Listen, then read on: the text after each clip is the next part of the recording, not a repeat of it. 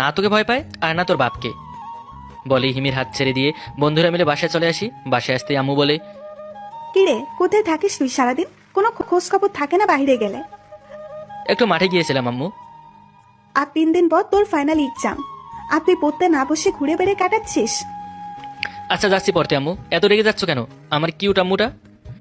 হয়েছে, আর আহ্লাদ করতে হবে না, ফ্রেশ হয়ে পড়তে বস গিয়ে। আমি ঠিক আছে বলে ফ্রেশ হয়ে পড়তে বসি। আমার বাসায় এসে রুমে বসে দরজা বন্ধ করে বসে আছি। রাগে সারা শরীর জ্বলছে। ছোট লোকটার এত বড় সাহস, আমাকে অপমান করে। এর বদলা তো আমি নিবই, কিন্তু আব্বুকে কিছু বলবো না। যা করার আমি করব। পড়তে পড়তে কখন 10টা বেজে গেছে বুঝতে পারিনি। আম্মু এসে বলে, কিরে, খাবার খাবি না? আয়। এখানে নিয়ে আসো আম্মু, আজ তোমার হাতে খাবো।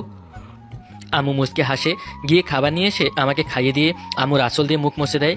মায়ের আসলে এক অদ্ভুত মায়া আছে, যে মায়া পৃথিবীতে আর কারো